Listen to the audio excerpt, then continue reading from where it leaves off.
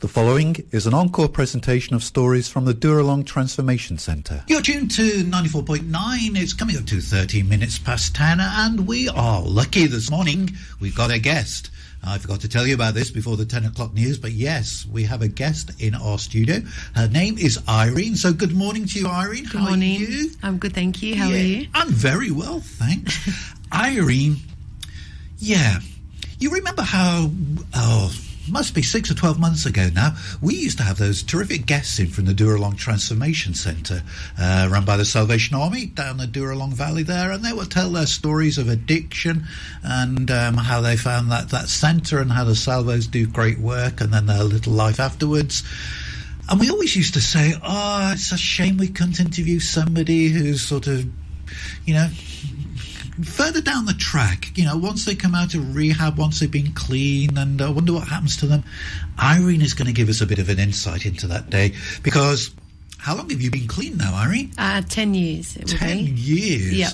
Yeah, so that's a long time. Yes, it is. Yeah, you must be, proud of that? Yeah, very much so. Yeah. Yep, very much. It didn't happen without a lot of hard work, though, I guess. No, it never does. It never does. Anything worth achieving in life usually... is hard work. There's effort involved, isn't there? Yeah, exactly. So, let's hear some of Irene's story. We know she's been clean for the last 10 years, and we're talking about clean from drugs here, aren't we? That's right, yeah. So what was your life like pre that sort of 10-year ago point? Of course, initially when you first start taking drugs, you think your life is fun and, the best thing. But once it starts really taking a toll on your life and on your family, I definitely look back now and know how broken I was and how lost I was in my life. Does that seem like another person? Does it seem like you? Definitely was not me. It wasn't you. I sometimes need to take a step back and go, did I actually do all that? Yeah. It really, boggles my mind that I have been through and have done the things that I have done in my life. Yeah. Yeah. And you were telling me there are some things, and we don't want to go into the detail, but some things that you're ashamed of as well. Very much, definitely ashamed, but not scared to share it, because I know that through my story I can save others, and because of where I am today, that the how proud I am overcomes that shame. Yeah. Yeah. And how long were you in addiction for? We know you've been clean for 10 years, but before that, how long had this sort of addiction had a grip of you? Probably probably about 10 years all up, but Wow. a good 7 years solid addiction. Yeah. And then on and off for the remainder. And where did it come from? It was what we were all doing as young teenagers. We would all just, take drugs and have a little bit of fun. And I look back now and all the friends that I used to take drugs with just had that bit of fun. Yeah. But unfortunately for me, it grabbed me and took me a little bit further than the fun. Yeah. When we used to talk to the Dooralong guys, they used to say that they looked around, and yes, it was a sort of a social weekend thing for lots of them, but for some, it became much more serious and much more troublesome. Yeah, that's right. And that's what's happened to you. Yeah, exactly. Yeah. And what did it lead to? What sort of despair did it sort of bring to you? It led me to completely lose my soul, to be able to afford my addiction. It took me down a path that I would never, ever wish upon anybody. Stealing, crime, sex, whatever I could do to pay my way to afford my very expensive drug habit. Yeah. Yeah. So when you say very expensive drug habit, it's you've progressed beyond cannabis and marijuana. We're talking hard drugs now. Yeah, we're talking cocaine, heroin, a little bit of ice. That was never my main poison, but I wouldn't shy away from having it because if it was there. Yeah. Yeah. And you would do anything? You would hurt your own parents, hurt your own family, steal from them perhaps? Yes. Do anything? Yeah, my mum was a single mum our whole life, so she worked very hard for everything that she provided for us. But yeah, if there was an opportunity to steal and take from my family, I would do that. And this is what you mean by it robbed you of your soul. It really robbed you of the real Irene, didn't it? It sort of turned you into something that wasn't you. Yeah, very much. Yeah. Yep. Did your mum sort of have words with you and say, Irene, I think you've got a bit of a problem here? Yeah, it definitely led to that, where it was too much for my mum and I couldn't stay there anymore. There's only so much a person can do to try and help a person. Yeah. And when you don't want the help, and it starts to affect you personally, you need to let it go. So that was the only way that my mum could deal with it, was to, to say you can't be here, because it was just too hard. She needed to protect herself. Yeah, and the rest of my two siblings as well. Oh, you have brothers and sisters as well. Yeah. So she was thinking of those and, to protect them. Yeah, I was selfish. I didn't care about them, so, yeah. Very hard decision for her, though, isn't it? Oh, it was, yeah. Turning her back on her own daughter. I mean, it's the right, as you say, she did it for the right reasons, but it must have broke her heart. Yeah, very much. I mean, I initially had left anyway, being young, thinking I knew it all. I didn't want to listen to my mum, so I just packed my stuff and left. But the few times that I did try to come back, it just was too hard.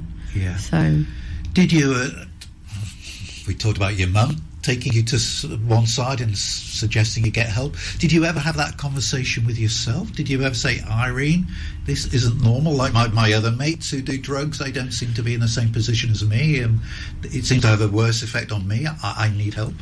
Only when I didn't have money to get drugs, if ever I was withdrawing from my addiction or whatever at the time.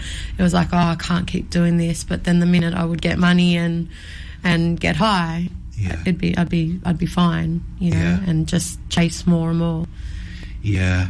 And job-wise, were you able to hold a job?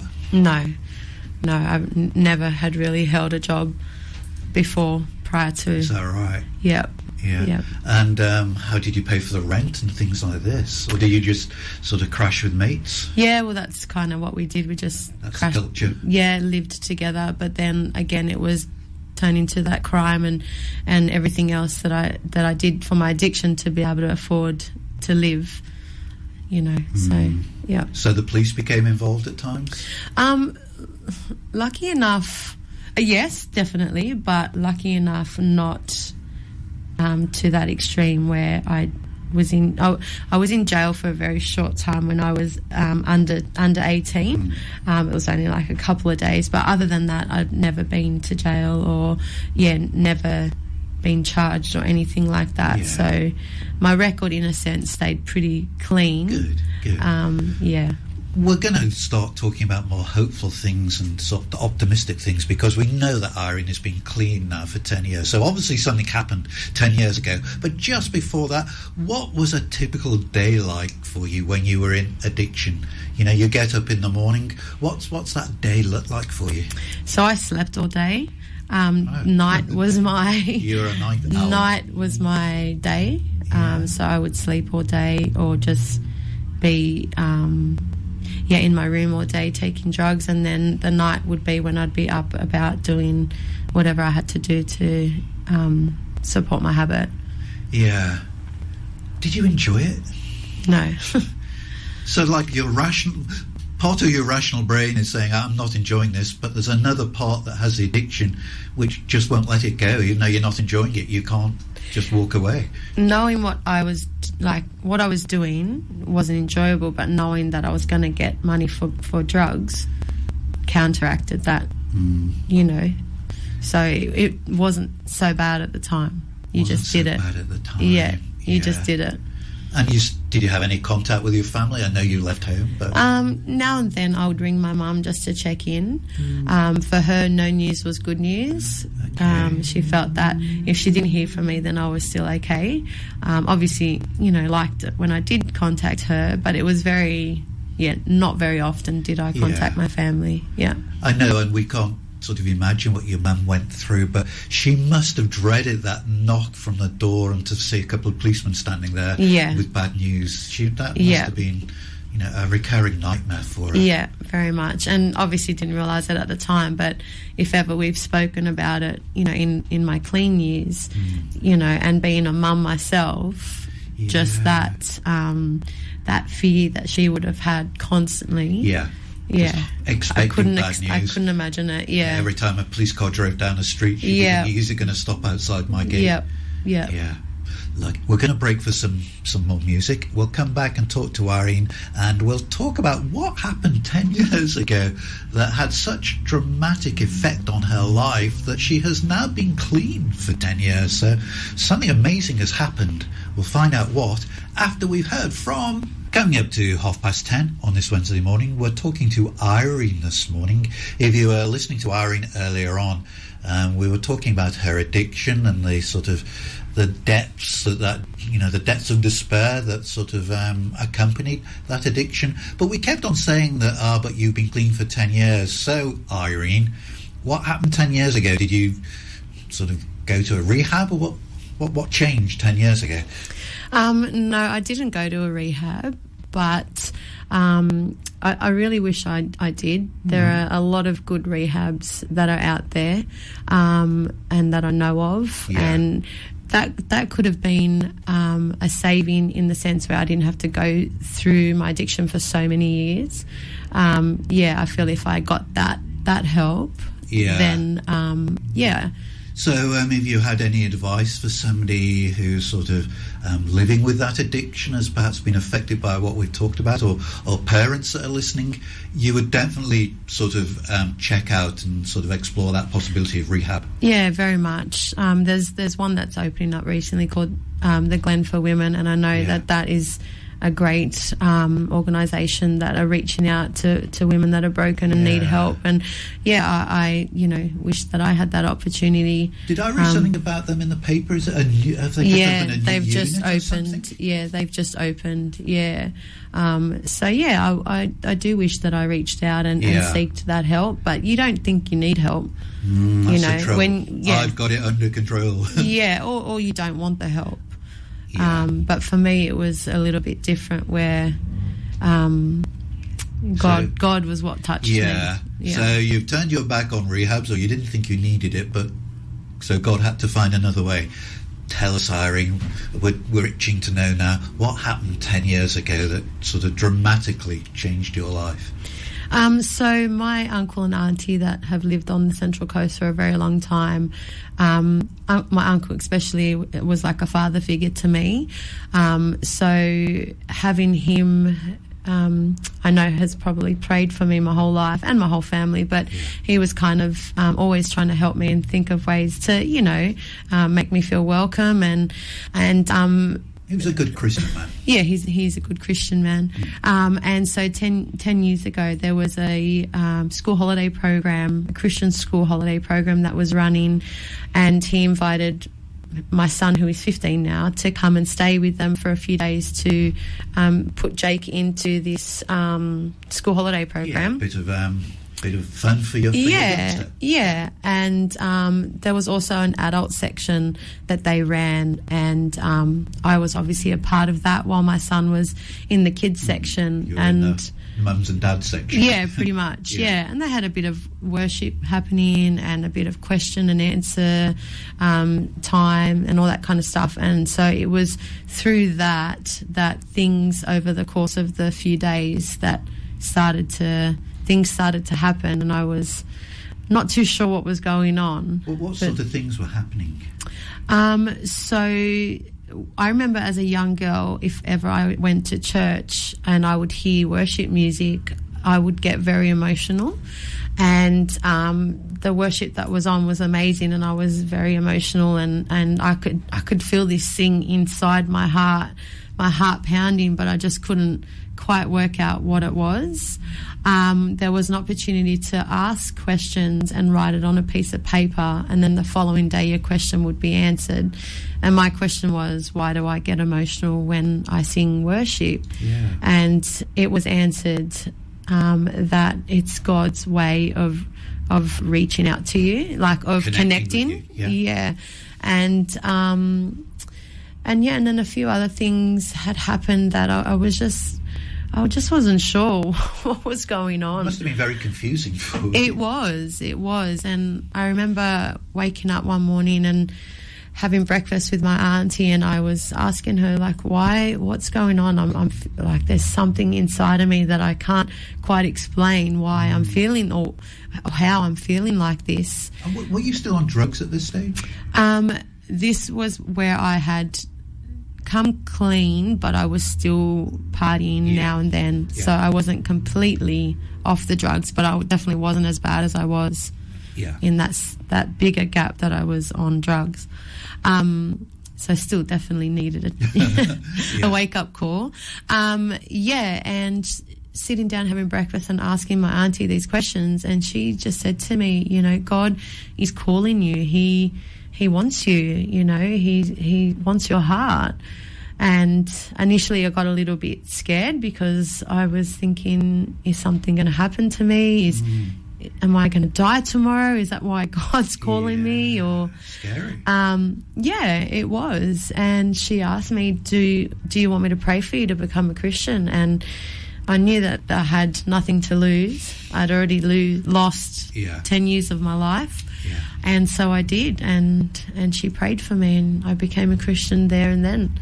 There and then. So tell us, Irene, what happened? You're at the breakfast table. Your auntie is praying for you. What's going through your mind? What's happening in your heart? Going through my mind, I was a bit like skeptical. I'm like, what is all this, you know?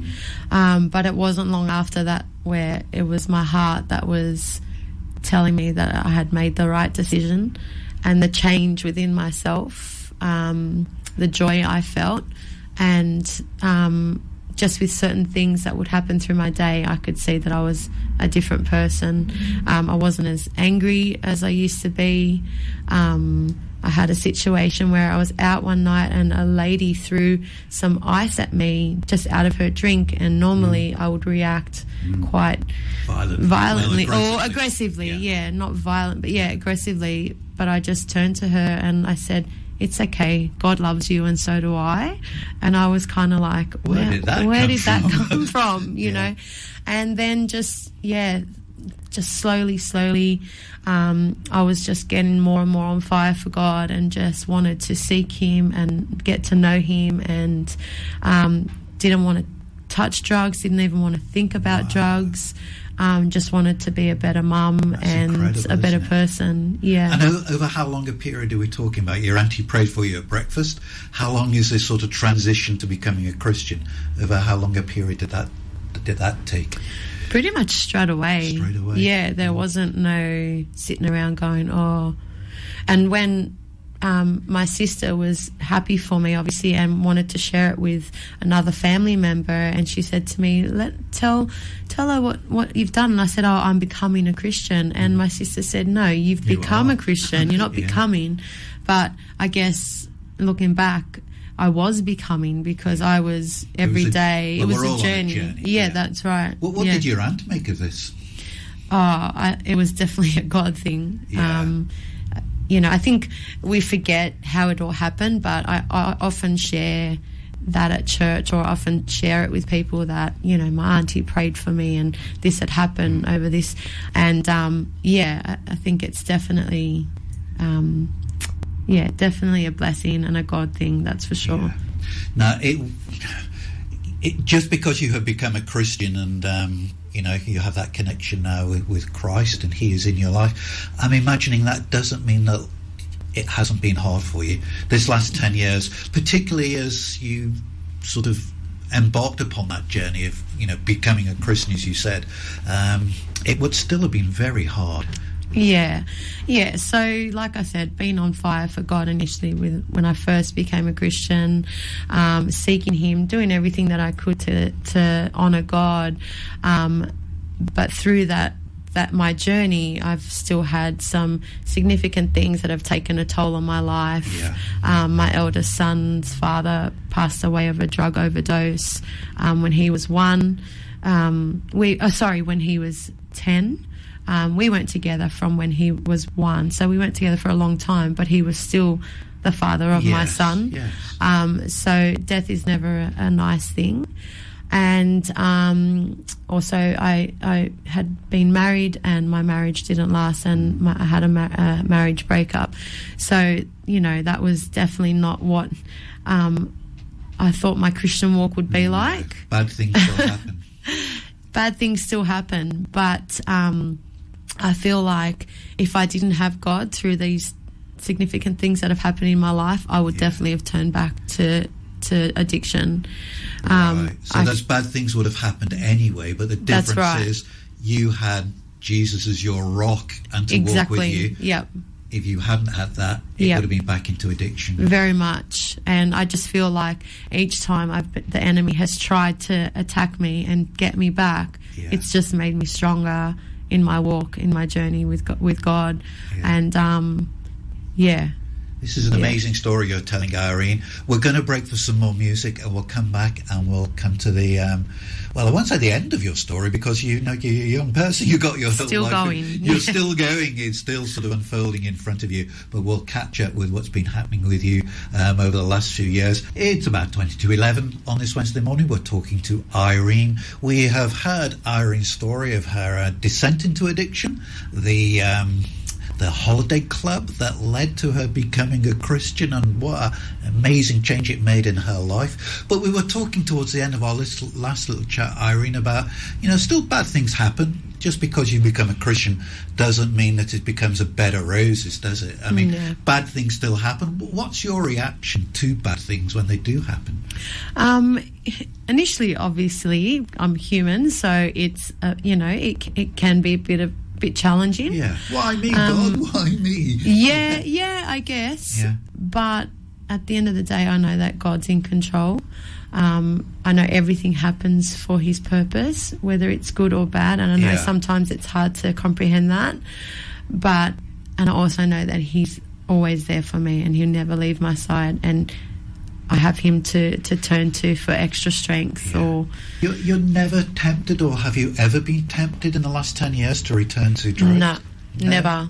I have, at times, unwillingly been around it, and never, ever thought of going back. It repulses me.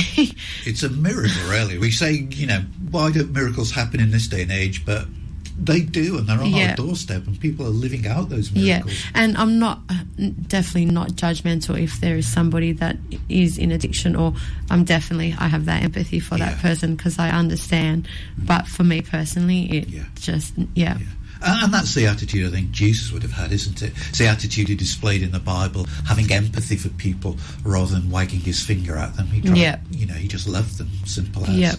Yeah, so things do happen that are not good in your life. And how is the relationship with your family, your son? You talked about your teenage son, and you've got a toddler as well. How's that relationship, or how are those relationships?